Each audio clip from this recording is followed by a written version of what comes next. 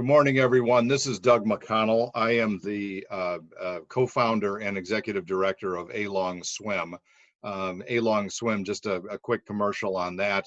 It is a nonprofit that we started really to raise money for ALS research, and with that kind of a broad mission. And it's been very interesting so far. What we're trying to do is kind of build the bridge between a very obscure sport like open water and marathon distance swimming with a narrow disease like ALS. And one of the I'm actually an investment banker by trade, but my hobby is marathon distance swimming, and it's been very gratifying and rewarding. One of the very first things that happened as we formed A-Long Swim was we were introduced to Hande Ozdinler at Northwestern, and it was really a game changer. I think between her, not only her very creative and innovative science as it relates to ALS, but also her commitment to collaborative research, working not only within the four walls of Northwestern University, but with industry, with other ALS centers around the world. I think it's fair to say that Hande and her collaborations mean that the sun never sets on ALS research. We couldn't be more grateful for that and her involvement, and to the point that she was willing to be named as the scientific director of A-Long Swim about a year ago. So I'm going to hand it over to Hande in just a minute. Just as a kind of a to-do item on the way this webinar will work. If you look at the bottom of your screen, there are a number of buttons, one of which is Q&A. And if anybody has any questions, we're really encouraging questions. Please just type them into the Q&A box, and we will try to field those questions, consolidate them, and distill them to understand kind of how to answer them and who to direct them to and so forth. So that's kind of the Q&A button is the gathering place for any questions and issues you'd like to talk about. In addition, there's a chat button, and if you have a question about what's the website or what's the phone number or some other kind of easily answered question, put it into the chat box, and somebody will be on top of that right away. So without further delay, Hande, my very good friend, would you like to kick off? Yes, Doug, thank you so much. And I'm trying to share my screen, and I don't know if you guys can see it. It's good now. Wonderful, wonderful. So this will be one of the first webinars that we will start, and we call them webinars that connect. Our goal is to bring scientists and visionaries and people from the industry to share their opinions and ideas on common themes and themes that actually move the field forward. And today, actually, I am happy to have very important guests. And before I introduce them to you, I want to say that the reason I joined A-Long Swim and wanted to be their director of scientific research is that A-Long Swim is about collaboration and teamwork. And this is exactly what we need to accomplish if we want to find cures and solutions to complex problems. We have to extend our arms and increase the size of the pie and the length of the table so that we have better and more collaborations and also teamwork that pulls everyone together and towards the same goal of finding cures and solutions to complex problems. One of the best examples is ALS. So I am thrilled to have two very prominent scientists as speakers today. Dr. Scott Axton is actually at Northwestern. He received his MD and PhD from Northwestern. He's a colleague of mine, and he received numerous awards, and even one from Barack Obama. So he's an expert in nanoparticles, exosomes, and he's exploring therapeutic opportunities, initially in cancer, but hopefully with our collaboration in ALS as well. And I also have Dr. Ajay Verma, and he's the Executive Vice President of Codiak Biosciences. He's an MD and a PhD from Johns Hopkins University School of Medicine. He's a board-certified neurologist. And what really makes him unique is that he's the expert in neurology drug discovery and development.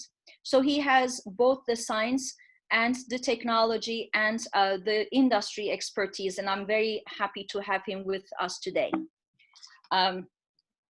If I can move the slide, yeah. So because this is an ALS and exosome symposium or webinar, I wanted to give a very brief, maybe introduction, maybe with an older slide now, because as we know, ALS is a progressive neurodegenerative disease, and it affects the brain and the spinal cord, and the neurons that make up the motor neuron circuitry degenerate, and there is really no effective cure. But that sentence is actually becoming not so true anymore, especially with the news that we have received this week, and 2 FDA-approved drugs, more on the clinical trials, phase 3.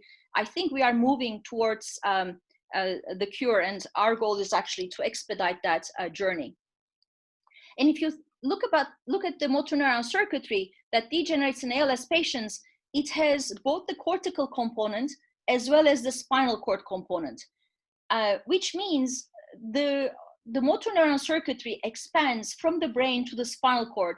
And it is one of the complex circuitries in our body, because it's not just the neurons, it's also the astrocytes, macroglia, it's also the interneurons. And the neurons in the cortex and spinal cord, they are born at different times. They migrate at different times. Their neighbors are different. Their targets are different. So even though we call them motor neurons, these are 2 distinct neuron populations that simultaneously degenerate. So it makes the disease very complex. And actually, one of the recent reviews from our friends, Philippe van Dam, Robrecht, and Van den Bosch, laid out the potential mechanisms that are responsible for motor neuron vulnerability and progressive degeneration. And it's not just one. There are multiple different causes for ALS. And that is also what makes the disease very heterogeneous. That's also what makes drug therapy and approaches very problematic, because one drug may not work for all patients, because if the patients develop the disease due to different underlying causes, we may have to develop different therapeutic approaches and even more personalized medicine approaches to be able to cure patients individually.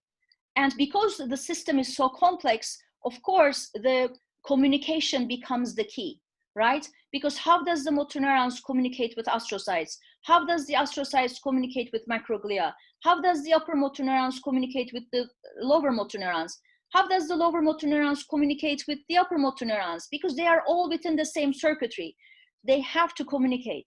And as we will hear more from Dr. Thaxton, the exosomes actually play one of the major key roles when it comes to communication, because they are the letters that, let's say, neurons or other cells send out to the system to relay a message. And each exosome has a message in them, and that's how they allow communications at the systems level. So of course, not much known about exosomes and ALS, but this is a very interesting and upcoming area, especially for treatment opportunities, especially for understanding how diseases propagate, and even for biomarkers. So I also want to emphasize Dr. Mukesh Gautam, Ellen McConnell Blackman Fellow in our lab. And he was actually the one who initiated the collaboration between our lab and Dr. Thaxton's lab, because he came with the idea that the exosomes must be very important for the communication between cortex and the other neurons and cells in our body. So with that, I would like to introduce Dr. Thaxton to you, because he will be giving us a very good introduction and also an explanation about exosomes in general and how they work and how they are utilized. And of course, he will be looking from the cancer perspective, because the cancer field is a bit ahead of the neuroscience field. And we have a lot to learn from the cancer biology so that we can actually apply it to neuroscience. And without further ado, I think it is time that I invite Dr. Thaxton. And Shad, if you can share your slides with us, and share your insights. We would be very happy. Great. Thank you, Hande. Let me just make sure that everybody can see. Is that working? Yes, you're on slide 3. Oh, getting ahead of myself. Okay. All right, slide 1. Can you see that okay? Shad, the screen is showing both the current slide and the next slide. Is there a way to use slideshow in the upper left? Showing your presentation view. Yep, turn off your presentation view. Now that's Much better. Thanks, Shad. Sorry. Does that work? Yep. wonderful. That's great. Okay. All right. Just getting used to the the optics here. Well, it's wonderful to be here. Thank you, Doug and Kate, for the invitation and for facilitating this meeting. It's great to be here. Hande, thank you so much for the invitation. It's been wonderful to work with you and with your laboratory. Your work is, fantastic, and we're very grateful to to have a chance to share in that with you and with Mukesh. It's been a wonderful education, both, I think for both of us, certainly for me and for our lab, to work together. And again, I really appreciate the collaboration. So, as Hande mentioned, communication is key, not just in, facilitating our collaborations and making progress on, a number of fronts, but, communication is key in the human body. And I think it was beautifully illustrated in the slide that Hande showed. You have the central nervous system and cells out in the periphery, and communication is very important from each of the cells. Say it's a cortical neuron in the brain, and a spinal neuron that's down in the spinal cord. There has to be roads of communication, and sometimes those roads are paved with neurons, and sometimes there are factors that the cells produce. And they communicate that way. And exosomes are a relatively recently appreciated form of communication, ways that cells communicate with one another. And it turns out that they're very important. In normal physiology, they're important in just the normal functioning of the human body. But then, as we're finding, they're very important, of course, in disease as well. So what I'll do is just talk a little bit about exosomes. We'll reveal what exosomes are and how they function to communicate. I'll try to highlight a lot of the things that Hande mentioned with regard to how valuable exosomes can be with regard to our ability to use them to identify biomarkers, to diagnose and follow individuals with exosomes, and also perhaps as finding ways to modulate exosome biology in order to find exciting new treatments. So what are exosomes? Let's start there. So what you see on this slide is a human cell. So I hope that you can see my cursor on the screen. So what you're seeing here is a human cell. And exosomes are a subclass of what are called extracellular vesicles. So these are very small particles, if you will, very small vesicles that cells produce and excrete in order to communicate. And it turns out that cells make a lot of different types of vesicles, and they excrete them out from inside of the cell, which is where my cursor is now, to outside of the cell. But exosomes are a particularly interesting one that we're focusing on today. It turns out they're very small. So an exosome, if this whole thing here is the cell, a cell is about 10,000 nanometers big. Let's say it's about 10,000 nanometers in diameter, although especially in the nervous system, they can be much larger than that. But what you can appreciate is that the exosomes are, they're about, 100 or 1,000 times smaller than a cell. So they're nanometer-sized vesicles, 30 to 150 nanometers. They're extremely small. The cell makes them. It used to be believed that, it was believed that cells used to package up trash or junk and excrete them out. And the way that the cell would get rid of that junk was through these things called exosomes. But now, of course, it turns out that they're extraordinarily important in mediating communication from one cell to the other. The cell makes them on purpose. So if you see right here where my cursor is, the cell is actually making these very small exosomes. This is one exosome. Here's another exosome. And what the cell is doing is it's packaging up that exosome with the information that it wants to transmit to the cell that either may be sitting right next door or maybe, or the cell that may be sitting, across the body, at some other distant location. And as Hande used the analogy, it's like mail. So this cell is producing this exosome, and it's like delivering a letter. The contents of the letter are quite different. You can see that this one has, 2 green proteins on the surface, and this one has a purple protein on the surface. So the message of each of these 2 exosomes is different, and this cell is trying to send out, these 2 different messages or multiple different messages by using these exosomes. So ultimately, the cell excretes these exosomes out into the circulation. The exosomes can then track down their target. They can find the address they're going to, and they can relay those messages. And so this is an actual, on the right over here, this is an actual electron micrograph. So this is a very blown up image of this in a cell. And you can see inside of the cell, you see this, what's called a multivesicular body, this MVB. And then inside, you can see all these little exosomes that are getting ready to be, as you can see down here, excreted from the cell. So these exosomes are going out as the messengers to then transport and communicate with other distant cells. So that's what exosomes do. And it turns out that they're cargo. So the message that's carried within each exosome, it can be very complex. So what you see on this slide is, now this is just a single exosome.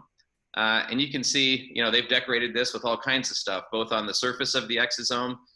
You can see that there's proteins on the exosome surface.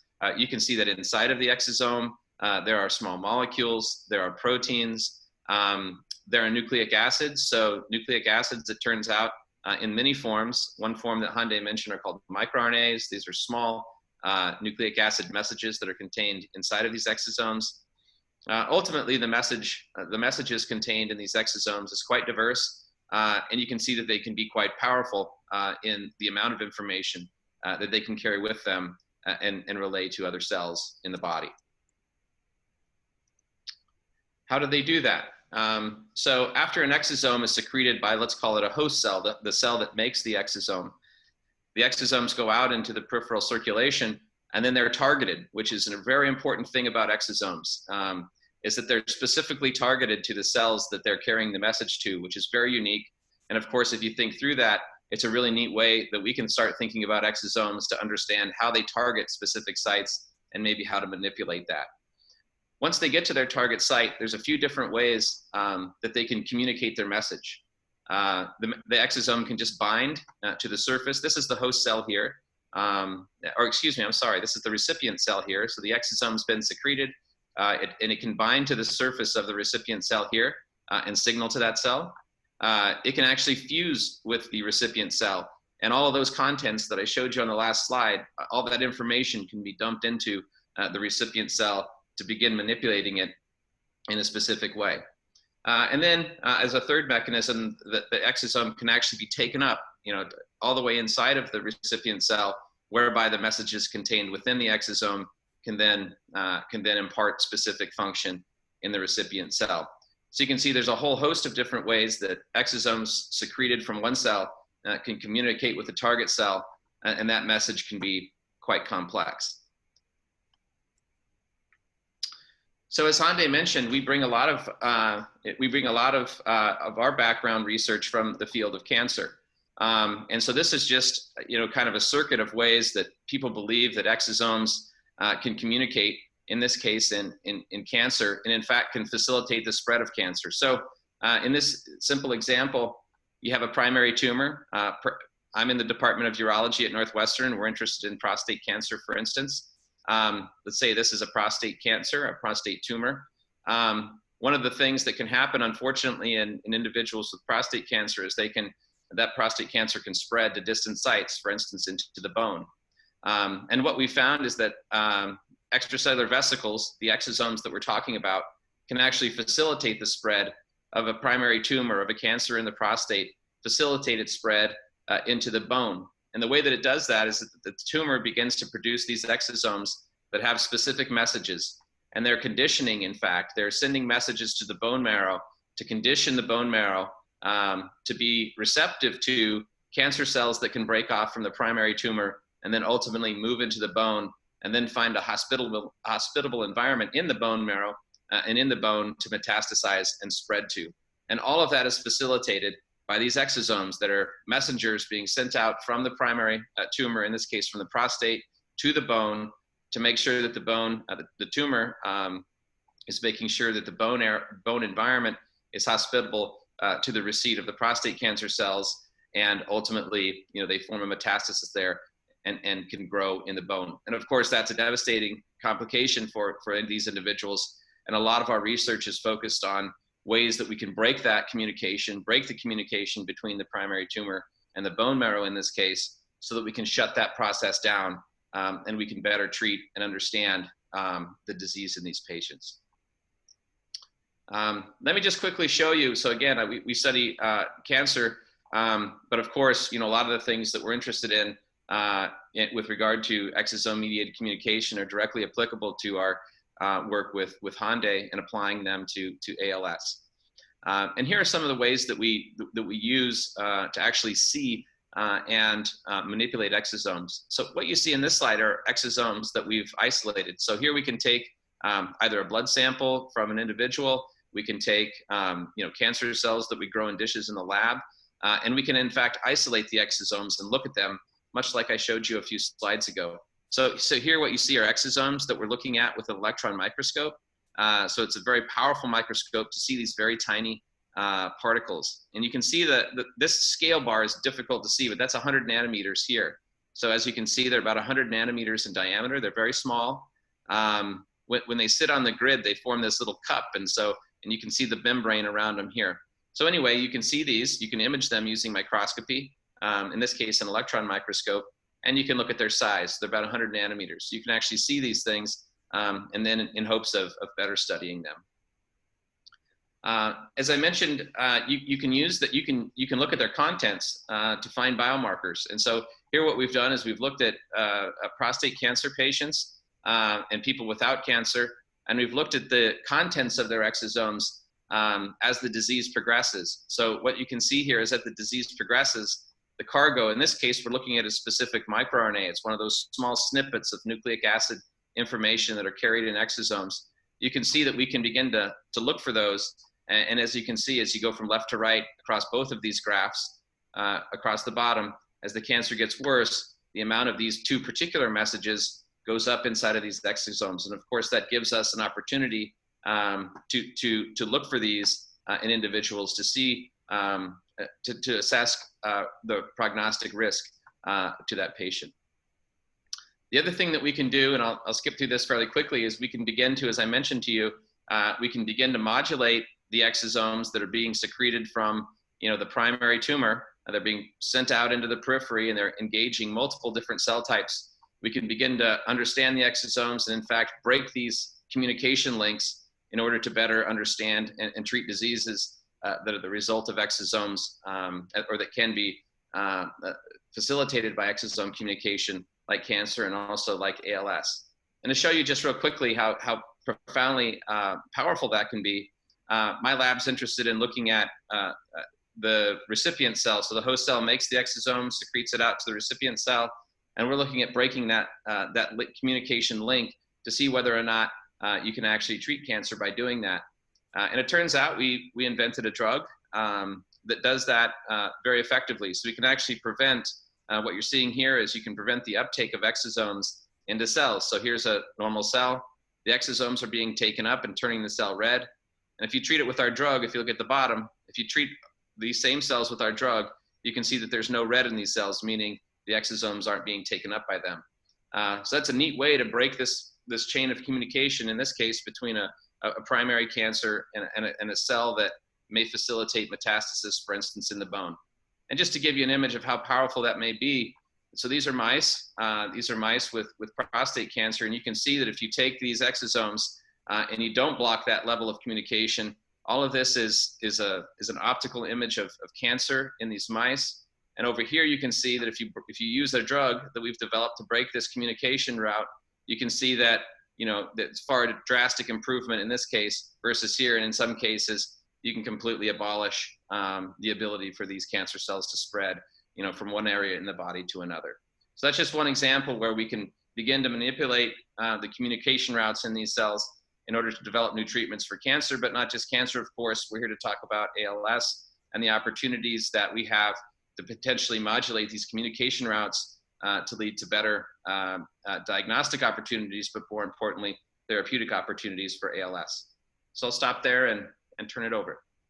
Wow, that was very good, Shad. And you know, the topics that you mentioned, they have exact reciprocal, I think, in the field of ALS as well.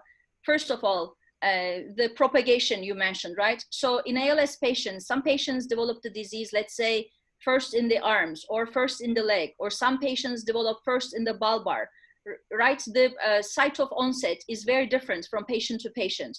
However, it progressively you know, moves to other segments, to other areas affecting limb or leg or bulbar. You know, it is a progressive propagation. Mm-hmm. And we can actually map the propagation, but the underlying cause of that propagation is not very well understood. There are a couple of papers showing that the proteins that create pathology, like TDP43, they were actually detected in the exosomes secreted or present in the plasma. So that actually brought the attention that the exosomes may be the propagating factor. That is very interesting, because if, as you said, cells make those exosomes and they put the proteins in the exosomes, and the disease also propagates by proteins aggregating, the proteins that aggregate may be in the exosomes, and that's how the disease may propagate within the system, right? So that's one thing. And you also mentioned about biomarkers. And I think that's also very interesting, because I believe that in each ALS patient, there is information about the state of the disease, about, you know, how the disease progressed, with which mode and everything. So their blood, any biosample actually is filled with information. Mm-hmm. And most of that information could actually be in the exosomes. So that's also one of the projects that Mukesh is doing in collaboration with you. And I think we will have very important results coming up with that as well. So you also mentioned that if we break the communication, right, because your drug breaks the communication so that the recipient cell cannot get the exosome. Because if the exosome helps the recipient cell to develop the cancer, and if you break that communication, you basically break the chain for the disease to progress. And that's amazing. Right. And it may be possible that in the future, we may utilize exosomes such that we understand how they move within the system, and what role they play for the propagation of the disease, and we can stop the propagation at least, right? Correct. Thank you so much. Hande, as I was listening to Shad's remarks, all I could think of was that everybody who has spent time on the internet knows that some messaging that can kind of come through that can be positive and helpful, and others can be negative and toxic. And of course, there's no shortage of chatter on how to reduce or eliminate the toxicity of some of that information flow. And I think that it's so interesting to see a couple of those slides that Shad had about sort of cutting off the pitchers from the catchers. I think is kind of the way it looks to the lay person. Yeah, that's right. So I want to now invite Ajay for his comments and remarks, because I know that he is very knowledgeable in the field of ALS neuroscience, and he also has expertise with exosomes. And I would like to invite him to share his expertise and vision. Great, thank you, Hannah. Let me share my screen. I prepared a few slides. So I am currently, can everybody see my screen? Yeah, yes. It looks good. Great. So I'm currently at Codiak Biosciences, where we are actually developing exosomes as medicines. Wonderful. So as was just discussed, you know, exosomes may have good roles, bad roles. We're still trying to decipher a lot of that. But because of their ability to message and package molecules and be very tolerated by the body, we've been enamored with exosomes as actually a drug vehicle themselves. And so I put together a few slides to talk you guys through that. But what I want to pick up on is what Hande was just talking about. You know, ALS is a progressive disease. it's part of a family of many diseases that you've all heard of, that we're all very scared of currently, because there's really no therapy. Alzheimer's disease, Parkinson's disease, Huntington's disease. These are all neurodegenerative diseases that are multifactorial. They may have some genetic component, some environmental component, and some aging-related component. But what we do know is that there's a lot of information emerging about these diseases. One theory that we've been discussing today is that there is some spread of pathology, much like in cancer. And it's thought that among those culprits causing the disease may be aggregated proteins, could be failures of RNA and protein metabolism, immune-mediated inflammation, and ultimately changes in the motor circuits that Hande started the whole conversation this morning about. In ALS, the complication, just to amplify what she was saying, is that both what we call lower motor neurons, the nerves that lead from the spinal cord to the muscles, can be affected. There you get, your muscles tend to get sort of flaccid and flabby very quickly. Whereas you can also get lesions in the cortex, in the tippy tip of your brain, those neurons that actually go all the way down the spinal cord and innervate the lower motor neurons. We call them the upper motor neurons. When we lesion those, we often unleash some activity in the muscles, so they get spastic and contracted. And we have diseases that can fall into both patterns. But in ALS, you get a mixed picture that makes it difficult to diagnose at first. So often the disease progresses for many years before you've even or for a while before you've even gotten the right diagnosis. As I mentioned, we're learning a lot about this. It may be that exosomes play a role in some of the spread and some of this pathology, but we've been actually focusing on what's been learned about exosomes that Shad and others were just discussing, that they are indeed biological entities.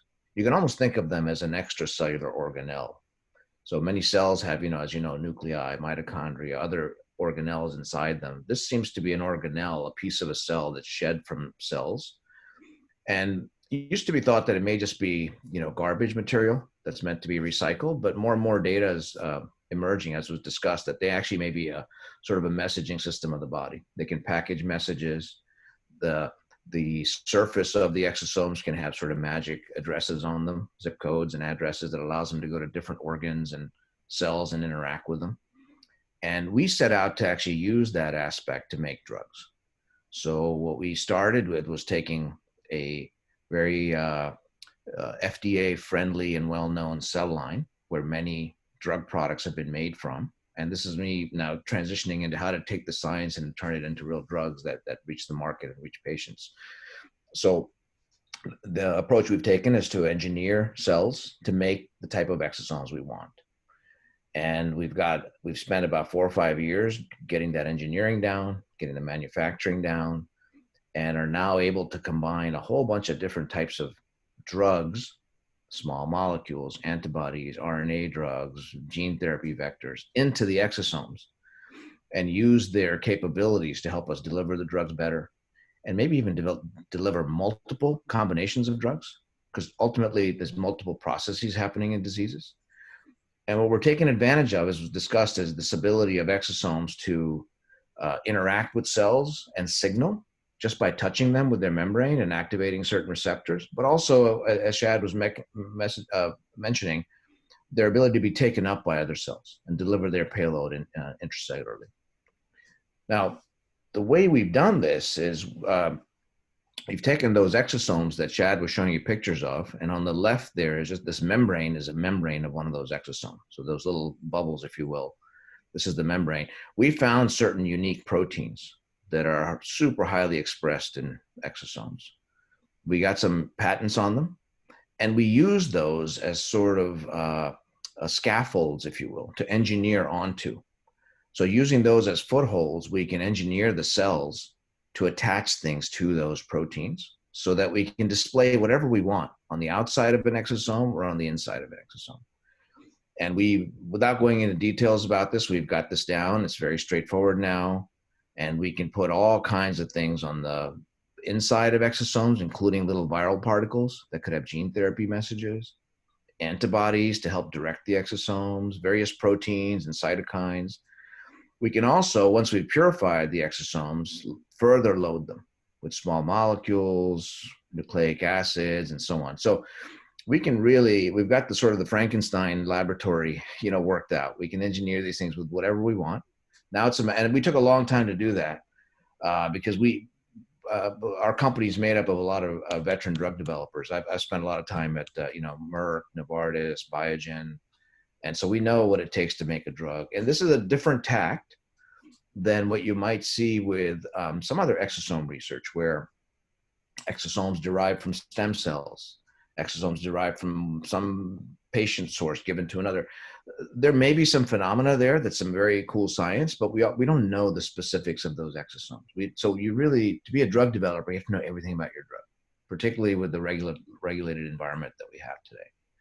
So we can make these, we can engineer them. We've also set about trying to think about how do we deliver them. Because one of the big problems in drug development, particularly for the nervous system, is getting the drug there.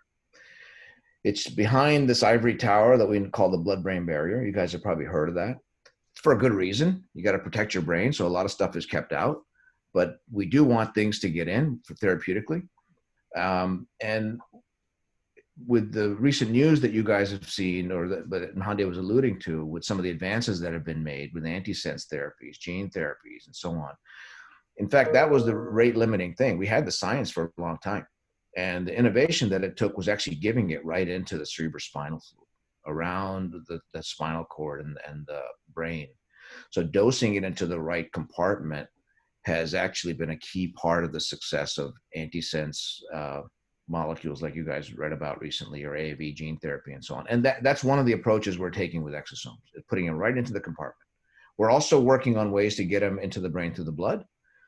But we've quickly found that if you dose them into different compartments, it's like the whole FedEx analogy that Chad was talking about, the letter system. This is by dosing into the right compartment, you provide the right area code, you get into the right neighborhood.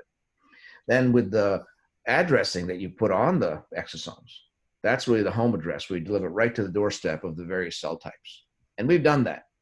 We've actually shown that actually where they go. And in these diagrams, without going into detail, all the red is exosomes going to different types of cells that we know after we've delivered them by different dosing routes. Okay, a lot of background work one just has to do before you even get to the right target, like how do your drug vehicles behave? The compartment we're interested in is this, the brain and spinal cord. And so that's why we're dosing right into this is a cutaway of the spinal cord, and these are sensory and motor nerves coming out. And so we're dosing our exosomes right in there. And what we're doing then is also decorating them to be able to go to the various cell types there, and including some immune cells and various neurons and their coverings and so on. So a lot of engineering work to really customize the doorstep delivery of the exosomes. We've actually done previously some work with other molecules to explore how, it's one thing to do it in animals, another to understand it in man. So over the years, through work at these other companies that I described that want to get into this space, we've learned how to dose into this space. That's what's enabling these trials and approvals of drugs like nusinersen for spinal muscular atrophy. This is for a small molecule, but we're exploring the same thing with exosomes, if you will. And finally, well, second to last, you have to actually be able to make the drug so that you can test it in man. There again, we spent a lot of time, and probably the leading company in the space now that can make GMP grade, lots of amounts of exosome, any amount that we want. So that's not a restriction now. So we've really spent the last 4 or 5 years trying to revolutionize the industry for exosome therapeutics. A lot of what I've shown you is just the groundwork that you have to do, the drugology of it, just to make it into a drug before we even decide what drugs to put on there. Okay. Now that said, there's a lot of things that Hande was showing you that one could, go after in this disease. The immune system is probably involved, some neuronal vulnerability, these toxic proteins, the astrocytes, all of the other cell types, and good and bad exosomes. So our hope is actually to take the analogy that Chad was talking about. If things like cancers and other diseases are using exosomes to actually cause some of the trouble, one way is to block that, but you really have to know a lot about what exactly to block. Another way is to mimic that, use that whole approach as a Trojan horse, and mimic that communication between good and bad cells and immune cells and so on, but tweak the biology the way you want it by engineering the exosomes to do exactly what you want. And that's what we're doing. And the last piece I wanted to talk about, to turn that into a drug, not only do you have to make it, you have to know the right science, the animal work, you have to test it in man. And so not only do you need GMP grade material to be able to do things safely in man, but you also need a good handle. These are slow moving diseases for the most part. We know that ALS can move very fast, but that's sort of end stage. Probably there's trouble brewing for many years before that. So we need better handles on how to know that, how to get the right patients that have early stage disease or that are going to go on to get disease so we can treat them early. How do we know we're actually getting the biology engaged? How do we know we're getting the drug there? Maybe assays like being able to track our drugs directly, make sure we dosed enough. Wouldn't it be a shame if we had all the magic we wanted on the exosome, but just couldn't even get it there because we gave too little or something? So getting that piece right, the manufacturing I mentioned, but then also getting the measurements right. Not only did your drug get there, did it do the biology that you intended it to do? What's an indicator of that? Did we change some of these toxic things that we were looking at? Did we protect neurons from dying? And fortunately, this was not the case a few years ago, but biomarkers are emerging to allow us to do that. Some of the stuff that's released from dying neurons, now we can detect in blood. Before we had to go into CSF only. So that's been a huge advance for the field. Now it's kind of like your cardiac enzymes or liver enzymes. You can actually look at brain injury going on. Plus, there's many other fancy techniques, but the easier the better for clinicians and for clinical trials. So that's a big hope for us, that we can get clever with the drugs. The drug companies can do their job of how to make a drug what it should be. And then we're very fortunate that the medical and academic community has come up with a lot of new scientific avenues to point that at, as well as a lot of new biomarkers and handles to assess how it's doing in clinical trials. And I would say also finding the right patients. I think some of the genetic discoveries, even though they're a relatively small component of all of ALS, have really helped us zero in on testable hypotheses. And some of those mutations can be detected early, way before you have the disease. So there's a potential for even prophylactic therapy, one day, hopefully one day soon. And we hope actually exosomes are part of that picture. So thank you for your attention on that. And I'll stop sharing. Wow, that was excellent. I think it just made the full circle. We started with what are exosomes and what have we learned in the cancer field, and now you tell us, especially in the field of neurodegeneration and ALS, how they can be utilized. And I think that was very powerful. And sometimes we scientists, when you do the experiments, it's hard for us to think about the large scale or, the dosing or the imaging and the readout measures and, how applicable the clinical trials. So there's a different perspective to that, right? And I think it's important to know the biology first. Yeah. And what I would like to emphasize is once we focus on the biology, we can learn it from cancer, we can learn it from other fields, we can learn it in many different diseases. But once the biology is solid, our understanding is real, and then the applications could be in multiple diseases, in multiple platforms, because the biology is the essence. And as you said, I think it's these are interesting times too, because we learn more about disease pathology, we learn more about diseases at the molecular level. Now, moving the field forward, these are the stones I think we have to pave the path with. So thank you so much. This was amazing. So I don't know if I can share my screen one last time. Hande, while you're doing that, there were a couple of questions that have come in that I want to ping away and so forth. And I think that this is mostly a question for Shad, though Ajay, you may want to weigh in as well. And that's at a very fundamental level. You have these exosomes that are being transmitted from I said earlier, the pitcher to the catcher, and being able, excuse me, to scientifically differentiate between the ones that are good messaging and the ones that are toxic messaging. It seems like a real challenge. And how do you sort of cut the the good from the bad there, Shad?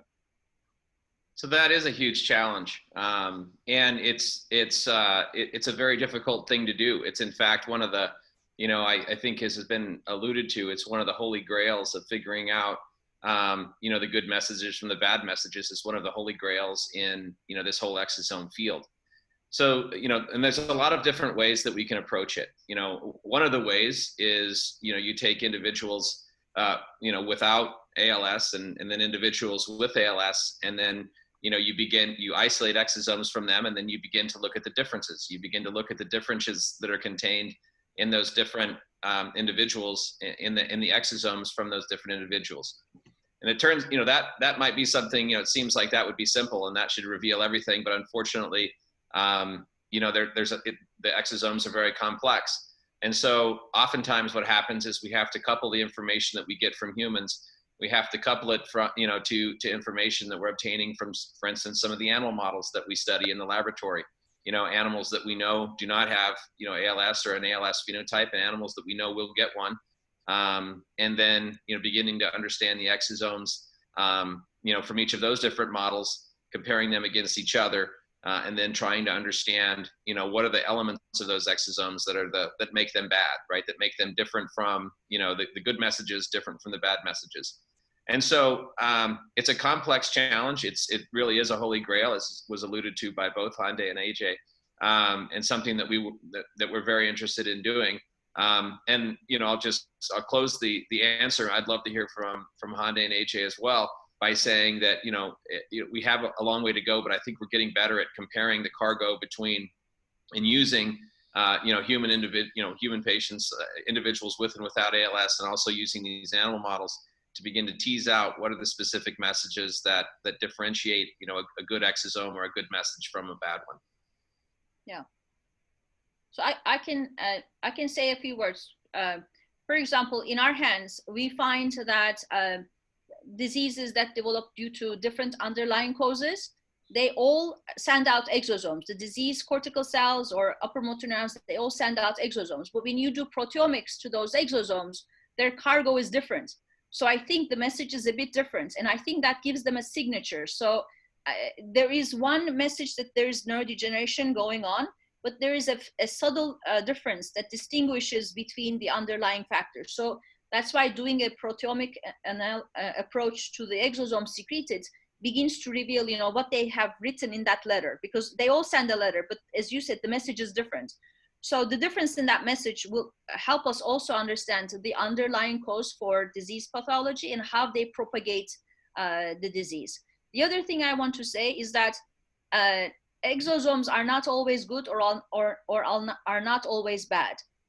Initially, very early stages of the disease, very, very early, no symptom, nothing, okay?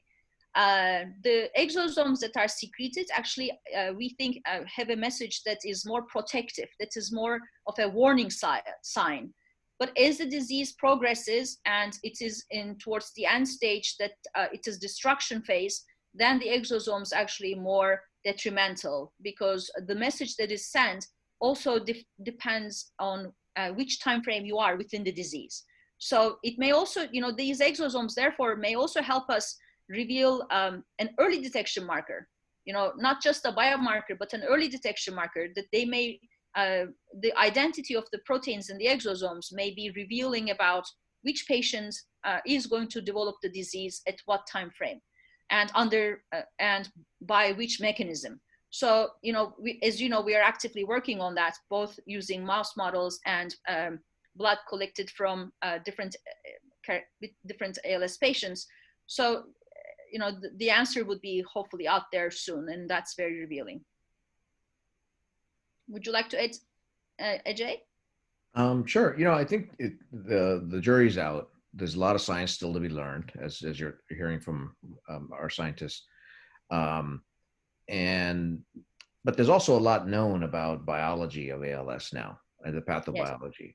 I think the tact we've taken is, rather than try to right now understand all the endogenous exosome biology of ALS, take all the other learnings about ALS and engineer some of those onto exosomes to allow us to use some of those as drugs. So for example, the gene therapy, things I talked about, the AAV particles. Yeah, you can say, well, why do you need an exosome? You can use an AAV. Well, it turns out when you put AAV in most people's bodies, it gets neutralized by antibodies because a lot of us have been exposed to AAV. And certainly you can only give it once because then your immune system makes an immune response. So you can't redose because the next time it's just your immune system neutralizes it out. Now, if you could shield it and hide it in an exosome where the immune system can't get at it, and if you could put the right address on to give it to different cells, now you can actually unleash some of the power that people have already shown of AAV. Same thing for antisense molecules, right? You give them intrathecally, they go to all different types of cells. Maybe they do some good things in the right cell, but some bad things in other ones. So by, again, being able to zero them in right where they're needed and not where they're not needed, exosomes are helping there again. You could do the same thing with small molecules, inflammation. So we're trying to just take the wide world of knowledge that's emerged about ALS, engineer some of those solutions onto exosomes, because not all of the molecules that we have to address those biologies are really drugs yet, meaning we can control them predictably, get them where we want to, and so on. Yeah. And that's where exosomes are helping us. Exactly. So that more targeted therapies, because right now, especially for gene therapy or AAV, it's also not very selective. You know, they transduce a wide variety of neuron or cell population. So, but in neurodegenerative diseases, there's selective vulnerability. Not all neurons degenerate to the same extent. But with virus, you know, you basically transduce other cells that were happy or that they weren't diseased, but now you made them AAV positive as well. So with this method, as you said, it can be really tuned in to the right address so that you don't actually disturb other cells or other circuitries. That would be very effective. And because another question, I'm sorry, AJ, forgive me, go ahead. Please go ahead. No, I was just going to say it was so well known, the circuit, that we can really harness a lot of that knowledge and really fine tune the engineering. Yeah. One of the questions that came in that I think may be sort of currently very topical, and that is the amount of resources and interest that is being dedicated to COVID-19, and of course there is a terrifying issue, sort of side effect of COVID-19 that has to do with long-term damage to neurons and so forth. Might there be a way for us collectively, collaboratively, to piggyback on some of the resources being pushed into COVID-19 research and so forth that might be helpful as we work through this exosome therapy? I certainly think so. I think there's many ways to look at that. There could be direct links between COVID-19 and ALS and other neurodegenerative diseases. We're learning a little bit more about that. This is going to be a big data, feast after all this is over. It's so much knowledge out there. But I don't think we even know fully what's happening right now with the pandemic. If you look at other pandemics, often there's multiple pandemics happening simultaneously, multiple, viruses and so on. If you look back at the 1918 flu, we also had encephalitis lethargica happening simultaneously. We never really figured out what that virus was. It was causing a lot of neurodegenerative diseases. So I think it'll take a little time to pin all the blame and the mechanism of action and so on. But I think what it's teaching us is that we need better preparedness and understanding of the immune system, better vaccinology technology to be ready as we need it. There are viruses that attack the motor nervous system. We know this well from polio, post-polio syndrome, from rabies, and so on. So I'm hoping that the increase in focus on COVID and the research that it'll unleash will really help us learn more about how viruses interact with the nervous system, but also come up with better ways to deal with viruses, like better vaccinology. And hopefully that will have knock-on effects on other drug developments within ALS. I hope that makes sense. Kind of a very broad answer, but no, it's exactly what I think. It's exactly what I was hopeful to hear. That the misfortune of this current pandemic could lead to a positive dividend for other neurological study. Shad, I interrupted you. Forgive me. Go ahead.